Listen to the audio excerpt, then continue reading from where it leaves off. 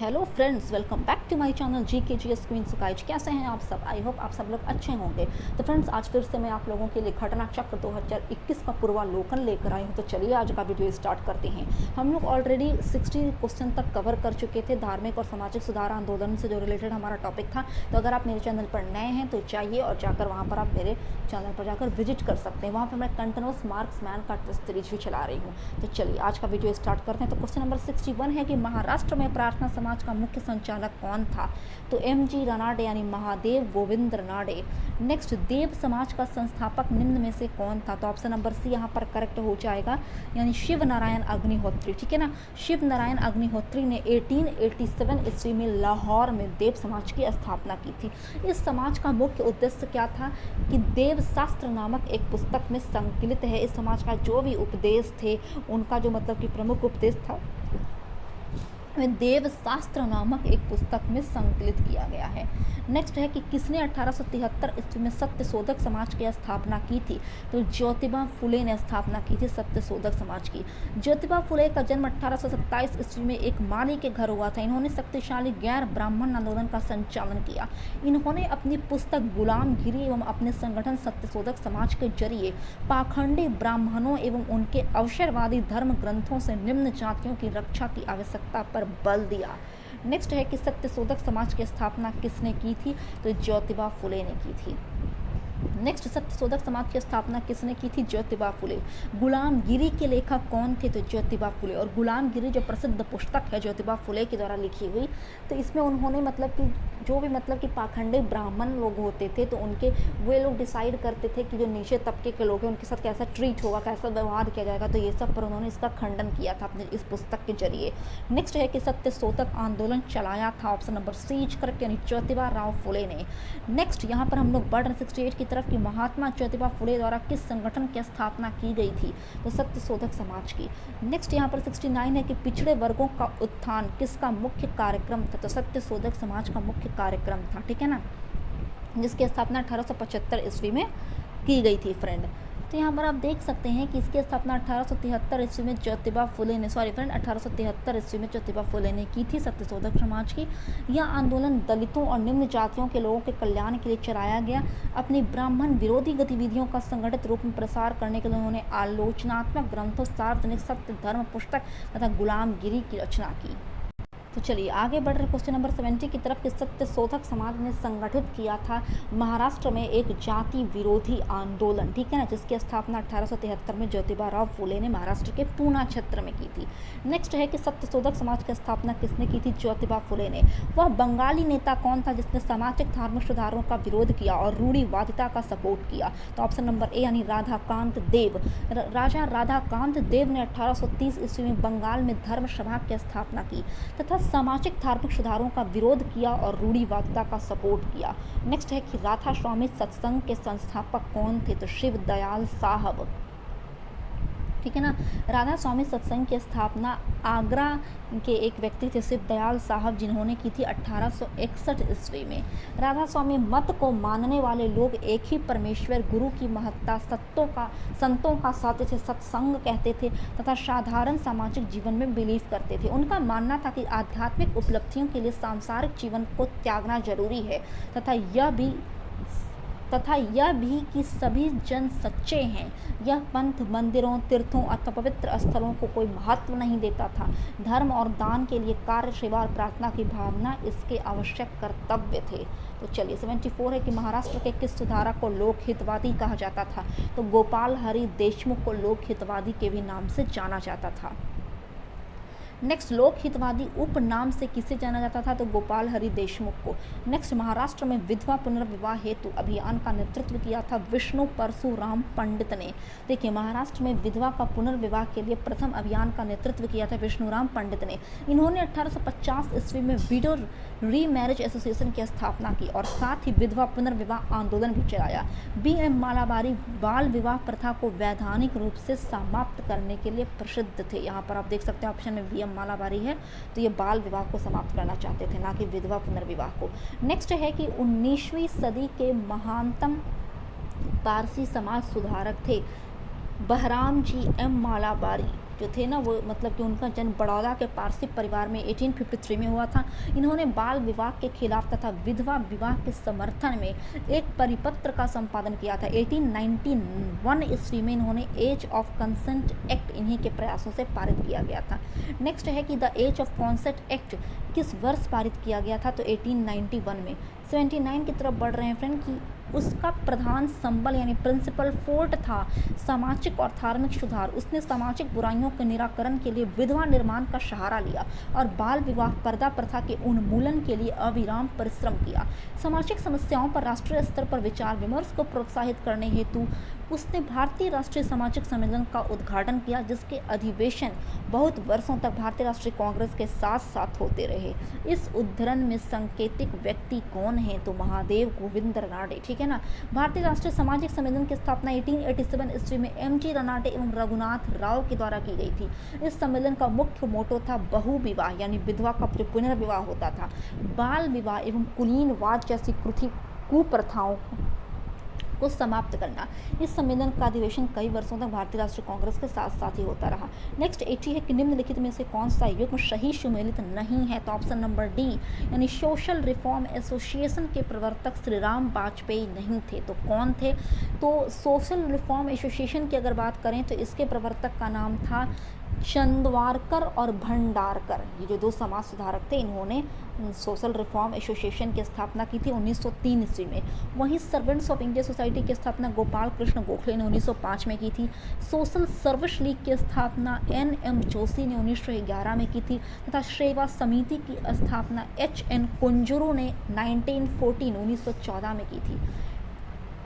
81 है कि भारतीय स्वतंत्रता आंदोलन के समय राष्ट्रीय सामाजिक सम्मेलन यानी नेशनल सोशल कॉन्फ्रेंस का गठन किया गया था।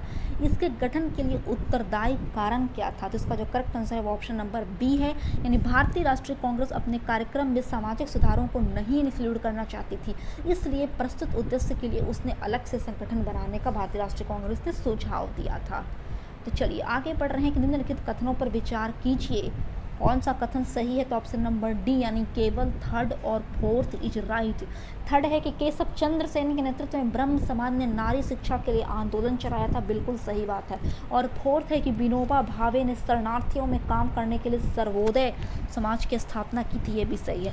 फर्स्ट गलत है। फर्स्ट है कि आर्य समाज की स्थापना 1835 में हुई थी, नहीं फ्रेंड, आर्य समाज की स्थापना स्वामी दयानंद सरस्वती के जरिए बम्बई में 1875 यानी 1875 में हुई थी।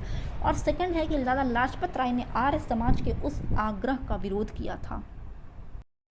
तो चलिए 82 है कि निम्नलिखित कथनों पर विचार कीजिए, कौन से कथन सही है, तो आप लोगों को चूज कर बताना है। तो ऑप्शन नंबर डी यहाँ पर करेक्ट हो जाएगा फ्रेंड, यानी थर्ड और फोर्थ यहाँ पर केवल राइट है। थर्ड है कि केशव चंद्र सेन के नेतृत्व में ब्रह्म समाज ने नारी शिक्षा के लिए आंदोलन चलाया था, ये सही बात है। और विनोबा भावे ने शरणार्थियों में काम करने के लिए सर्वोदय समाज की स्थापना की थी, तो ये भी सही है। बट फर्स्ट और सेकंड यहाँ पर गलत हैं। फर्स्ट है कि आर्य समाज की स्थापना 1835 में हुई थी, बिल्कुल गलत बात। इसकी स्थापना की अगर बात करें आर्य समाज की, तो स्वामी दयानंद सरस्वती ने मुंबई में 1875 में की थी। और सेकंड है कि लाला लाजपत राय ने आर्य समाज के उस आग्रह का विरोध किया था जो उसके अपने समाज सुधार कार्यक्रमों के समर्थन में वेदों को आप्त प्रमाण मानने को लेकर था, तो ऐसा विरोध लाला लाजपत राय ने नहीं किया था। तो चलिए आगे बढ़ रहे हैं क्वेश्चन नंबर 83 की तरफ कि 1856 ईस्वी में निम्नलिखित कानून पारित हुआ, तो ऑप्शन नंबर बी यानी फर्स्ट और थर्ड, धार्मिक असुविधा कानून और हिंदू विधवा पुनर्विवाह कानून। देखिए 1856 ईस्वी में धार्मिक अक्षमता कानून जिसे रिलीजियस डिजेबिलिटीज एक्ट कहा गया द्वारा हिंदुत्व से धर्मांतरित व्यक्तियों के नागरिक अधिकारों की रक्षा का प्रावधान किया गया। 1856 ईस्वी में हिंदू विधवा पुनर्विवाह कानून जिसे हिंदू विडो रीमैरिज एक्ट की नाम दी गई द्वारा विधवाओं के पुनर्विवाह का कानून संगत बनाया गया। विधवा पुनर्विवाह की स्थिति में सुधार लाने के लिए ईश्वर चंद्र विद्यासागर ने बहुत प्रयास किए थे। 1855 ईस्वी में उन्होंने ब्रिटिश सरकार से विधवा पुनर्विवाह पर कानून बनाने के लिए अनुरोध किया और फाइनली जब जो कानून था वो बनकर तैयार हो गया था। चलिए आगे बढ़ रहे हैं कि विधवा पुनर्विवाह अधिनियम किस वर्ष पारित किया गया था, तो 1856 ईस्वी में। नेक्स्ट, पश्चिमी भारत के डीके कर्वे का नाम निम्नलिखित में से किस संदर्भ में आता है, तो ऑप्शन नंबर सी और डी, स्त्री शिक्षा और विधवा पुनर्विवाह। ये दोनों जो डीके कर्वे समाज सुधारक थे, इन्होंने स्त्री शिक्षा और विधवा पुनर्विवाह दोनों के लिए काफ़ी ज़्यादा काम किए थे। अगर हम लोग बात करें इस संस्था की, तो इस आश्रम का उद्देश्य विधवाओं को शिक्षिकाओं, परिचारिकाओं अथवा दाइयों के रूप में प्रशिक्षित करके आत्मनिर्भर यानी सेल्फ कॉन्फिडेंस बनाना था। धोंदो केशव कर्वे यानी डीके कर्वे विधवा पुनर्विवाह संघ के सचिव थे। उन्होंने 1916 ईस्वी में बम्बई में प्रथम महिला विश्वविद्यालय की भी स्थापना की थी डीके कर्वे ने। नेक्स्ट, निम्नलिखित में से किसने प्रमुख रूप से विधवा पुनर्विवाह के लिए संघर्ष किया और उसे कानूनी रूप से वैध बनाने में सफलता प्राप्त की, तो ईश्वर चंद्र विद्यासागर ने कलकत्ता में संस्कृत कॉलेज के आचार्य बने और वहाँ से उन्होंने विधवा पुनर्विवाह के लिए अथक संघर्ष किया। इन्होंने यह प्रमाणित करने का प्रयास किया कि वेदों में विधवा विवाह को मान्यता दी गई है। इनके प्रयासों के फलस्वरूप 26 जुलाई 1857 ईस्वी को हिंदू विधवा पुनर्विवाह अधिनियम पारित किया गया था।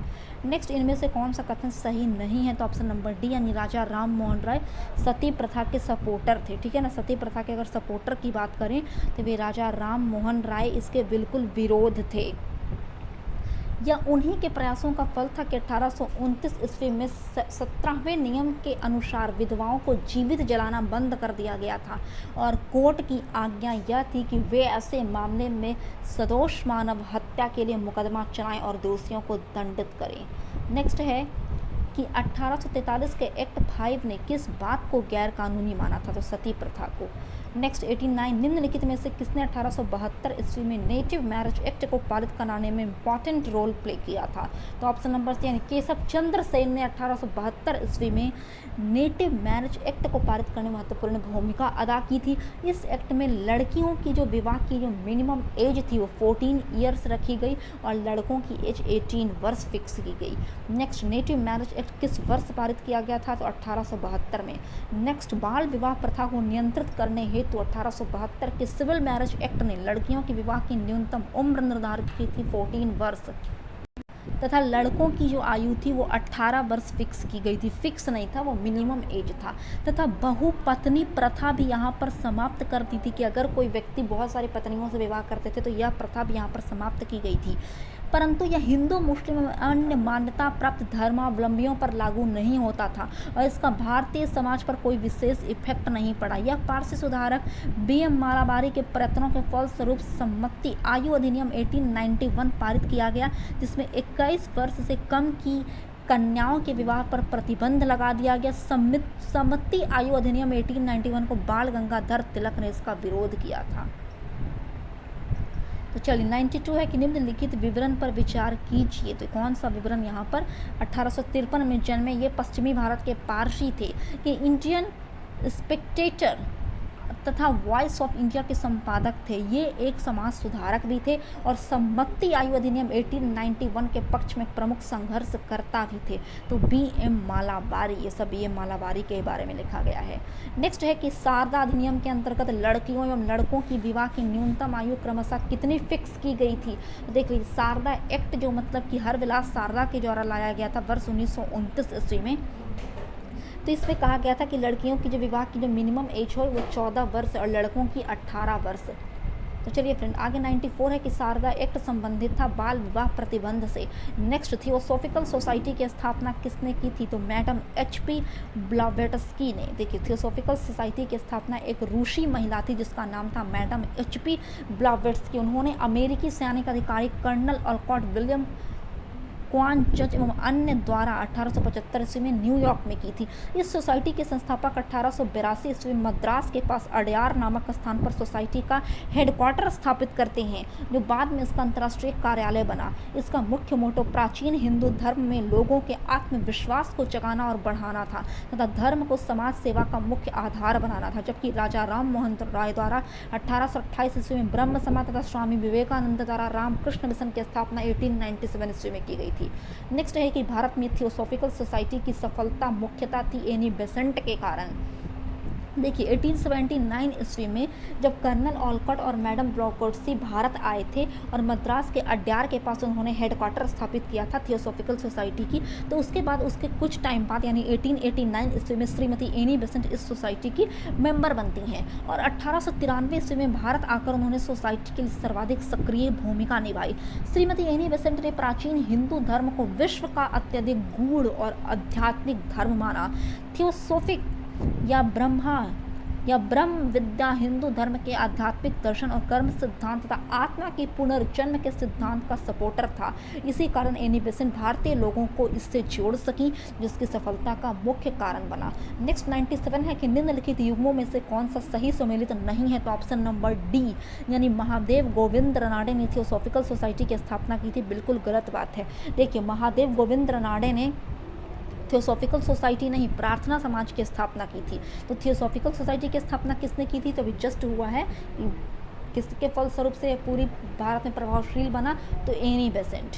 तो चलिए 98 की तरफ हम लोग बढ़ रहे हैं फ्रेंड। यहाँ पर मैच द फॉलोइंग है, सूची 1 से सूची 2 को मिलाना है। इसका correct answer option number D आप देख सकते हैं। यानी प्रार्थना समाज की अगर बात करें तो प्रार्थना समाज का संस्थापक था वो महादेव गोविंद रानडे जी थे।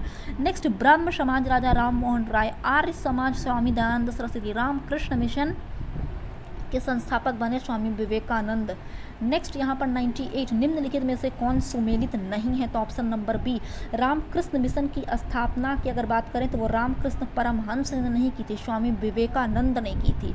नेक्स्ट 100 है कि निम्नलिखित में से कौन एक सुमेलित नहीं है, तो ऑप्शन नंबर सी यानी आत्मीय सभा के जो संस्थापक थे वे देवेंद्रनाथ टैगोर नहीं थे। नहीं, आत्मीय सभा की स्थापना राजा राम मोहन राय के द्वारा 1815 ईस्वी में की गई थी। अगर प्रार्थना समाज की बात करें तो डॉक्टर आत्मारंग पांडुरंग ने इसकी स्थापना 1867 ईस्वी में की थी। 2 वर्ष बाद इसमें महादेव गोविंद रानडे इंक्लूड होते हैं और फिर वो प्रमुख संचालक बन जाते हैं। और आत्मीय सभा, भारतीय ब्रह्म समाज, ये सब के बारे में हम लोग प्रीवियस सेट में ऑलरेडी डिस्कस कर चुके हैं।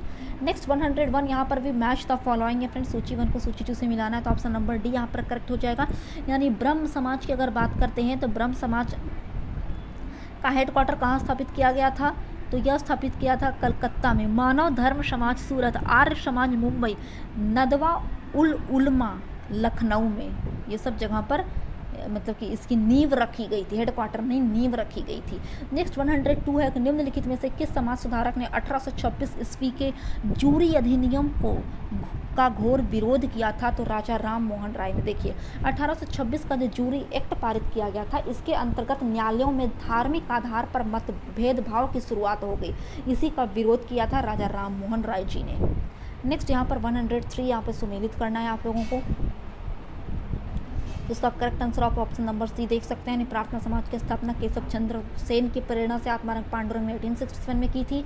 महादेव गोविंद रानडे इस संस्था के 1869 में सदस्य बन जाते हैं, मेन सदस्य हो जाते हैं।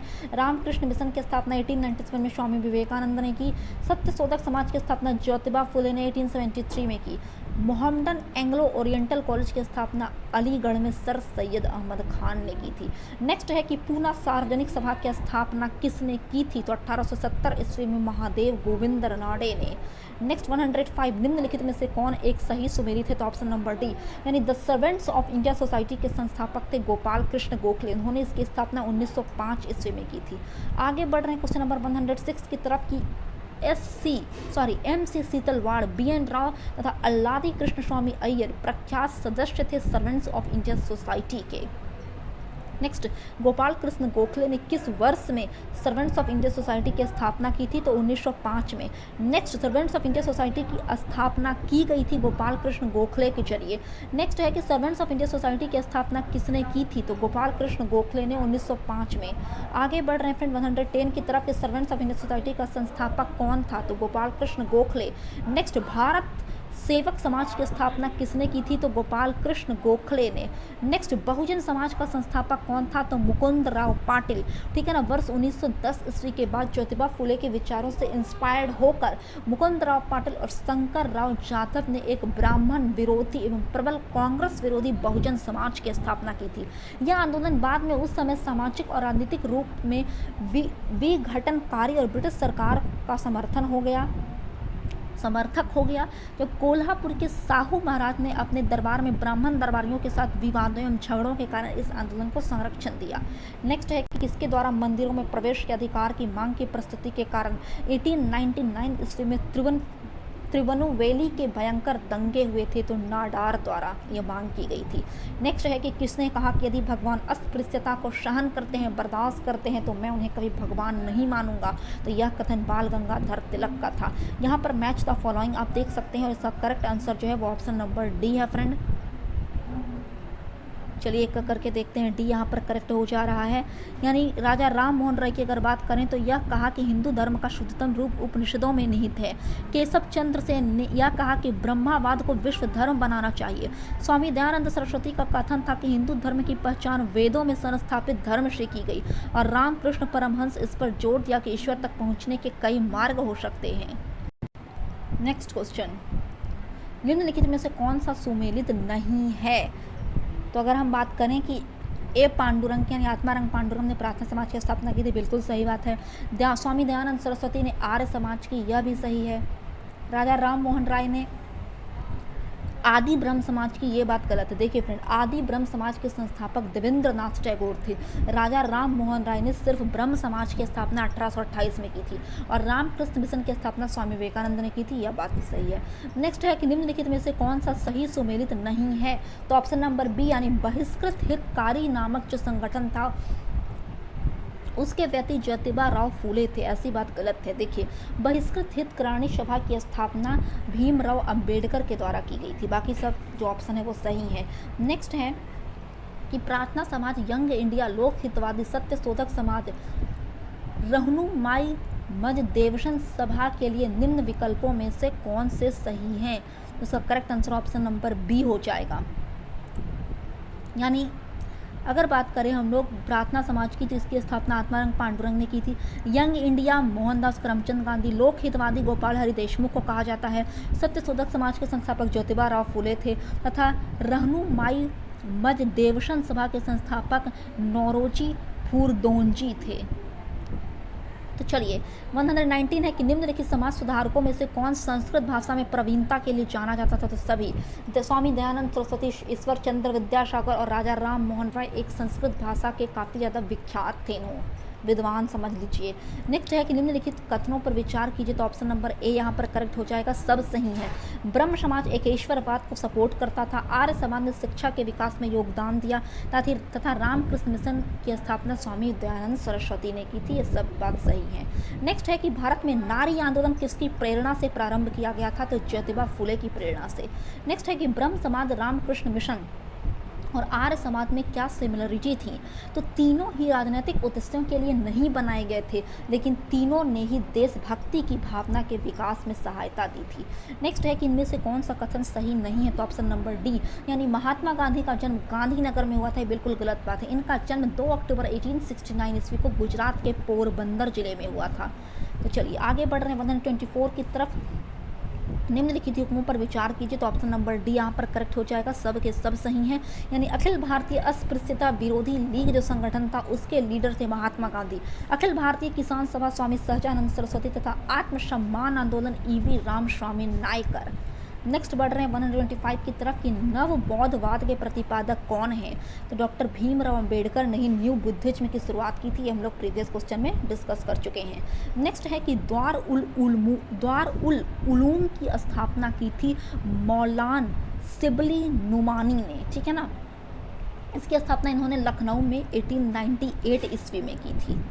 तो चलिए आगे बढ़ रहे हैं कि देवबंद आंदोलन यूपी संयुक्त प्रांत में किस वर्ष में आरंभ किया गया? तो 1866 ईस्वी में आरंभ किया गया था। नेक्स्ट है कि 1924 का बंगाल का तारकेश्वर आंदोलन निम्न में से किसके अगेंस्ट था? तो मंदिरों में जैसे भ्रष्टाचार होता था, कहा जाता था कि वर्ष 1924 ईस्वी के दौरान मंदिरों के एक महंत थे, उन पर एक स्त्री के साथ अवैध संबंध तथा मंदिरों के धन का दुरुपयोग करने का आरोप लगाया गया था। इसीलिए तारकेश्वर आंदोलन चलाया गया बंगाल में 1924 में। नेक्स्ट, हाली पद्धति संबंधित थी बंधुआ मजदूरी से। हाली पद्धति के अंतर्गत बारदोली क्षेत्र में कपिल राज जनजाति के लोगों को उच्च जातियों के यहाँ पुश्तैनी मजदूर के रूप में कार्य करना पड़ता था। नेक्स्ट, निम्नलिखित नेताओं में किसने क्रांतिकारी संगठन अभिनव भारत समाज की स्थापना की थी? तो वीडी सावरकर यानी विनायक दामोदर सावरकर और उनके भाई गणेश दामोदर सावरकर ने मिलकर मित्र मेला एक संगठन का शुरुआत किया था, जिसे वर्ष 1904 ईस्वी में मतलब कि नासिक में वीजी सावरकर का नाम यहाँ पर परिवर्तित कर कर अभिनव भारत रख दिया गया, यानी यंग इंडिया सोसाइटी। तो चलिए फ्रेंड, आज के लिए इतना ही। मिलते हैं एक नए वीडियो के साथ, तब तक के लिए जय हिंद जय भारत।